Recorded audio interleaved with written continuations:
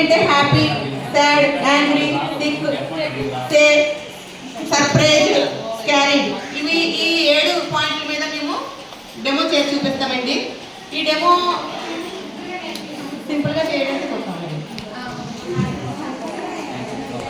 Happy happy అంటే అందరూ సంతోషంగా ఉండాలని. సాడ్ అంటే బాధ బాధ బాధ. యాంగ్రీ అంటే కోపంగా ఉంటారని. సిక్ అంటే నీరసం, బలహీనత. సే అంటే సిగ్గుపడ్డం. సర్ప్రైజ్ అంటే ఆశ్చర్యం. క్యారీడ్ అంటే భయపడతారనమాట. ఈ వీటి మీద మేము ఒక డెమో చేసి చూపిస్తామండి. ఇప్పుడు మేము ఒక అంగన్వాడీ సెంటర్ అండి ఇది. ఈ అంగన్వాడీ సెంటర్లోకి మేము వస్తున్నామండి. నేను ఒక టీచర్ని, వీళ్ళందరూ మా పిల్లలండి. ఈ పిల్లల్లోని ఇప్పుడు ఒక్కొక్క పిల్లలు ఒక్కొక్కలాగా ఉంటారు మన పిల్లలు. ఆ పిల్లలు ఎందుకు ఎలా ఉన్నారన్నది మనం తెలుసుకుందామండి.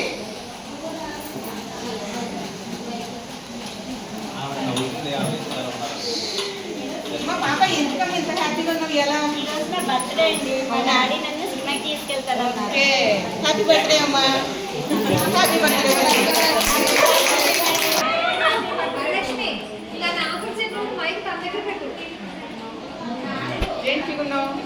ఈ రోజు నా బర్త్డే మేడం. అందుకనేసి నేను హ్యాపీగా ఉన్నాను మేడం. మా డాడీ సినిమాకి తీసుకెళ్తున్నాను.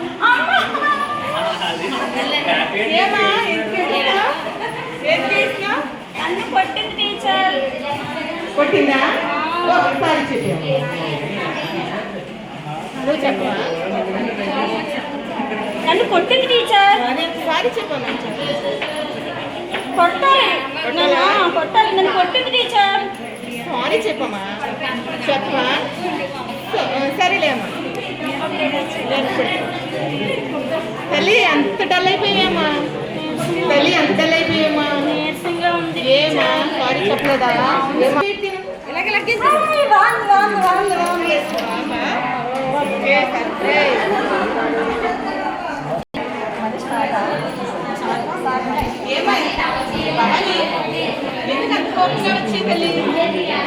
లక్ష్మి నా బుక్ తీసుకున్నాను మేడం గారు. ఎమ్మంటే ఎప్పుడు ఉంటుందండి, అందుకే నా కోపం వస్తుందండి. నేను అడిగిస్తానే. లక్ష్మి బుక్ ఇచ్చి అమ్మా. ఇచ్చి అమ్మా. ఇవ్వదంట. కావాలి మేడం గారు. సరే అమ్మా, నేను ఇంకోటి కొనిస్తాను పాపడితే.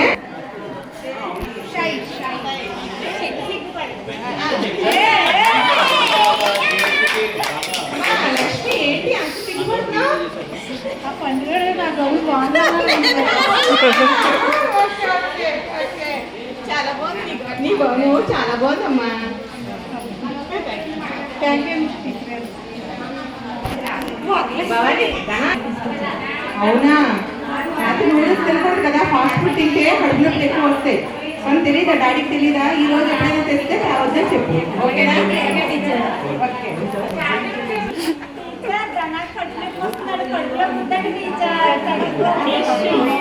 అవును, తప్పు కదమ్మా.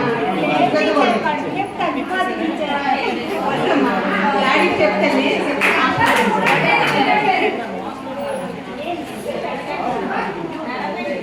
ఏంటి లావా ఎంత సర్ప్రైజ్? ఏంటి లావా ఎంత సర్ప్రైజ్ ఉన్నావు? అవునా?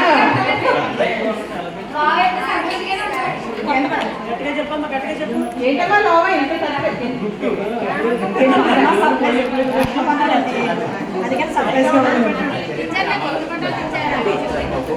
నాకు కొత్త బట్టలు కొన్నదండి మా అమ్మ, అందుకే సర్ప్రైజ్ గా ఉంది. కొత్త బట్టలు ఎంత బాగున్నాయో. చాలా అవునా? చాలా బాగున్నాయి. చాలా బాగున్నాయి. Very good, very good. Thank you teacher. Lakshmi ఎందుకు ఏడుస్తూ వస్తున్నావు?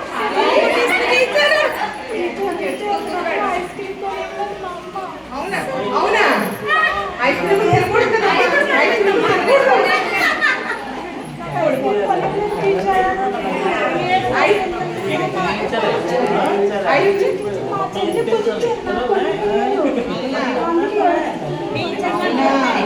సాయంత్రం ఈవినింగ్ వెళ్తా కదా, అప్పుడు మమ్మీకి వెళ్ళి వస్తానులే నీతో కూడా వచ్చి మీకు కొన్న ఐస్ క్రీమ్ చెప్తానే.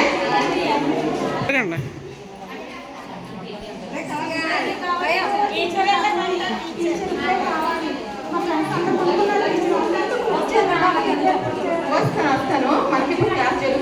పేరు వచ్చేసి మళ్ళీ అప్పుడు అన్న మాయమంది అయితే ఏంటమ్మా భవాని ఇంతగా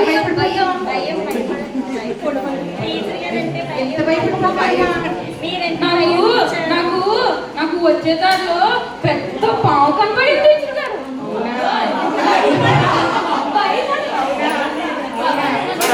అందుకే ఎంత ఉండిపోతావా ఎవరైనా ఉన్నారా చూసారా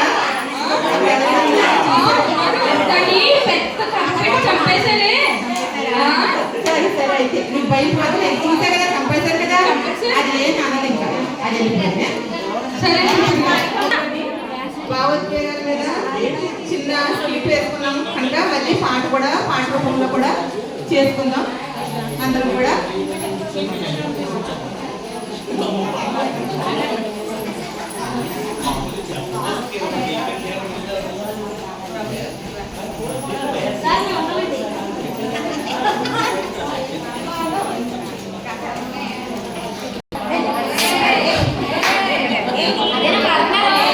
కాదండి రుచుల మీద పాడుతున్నాం.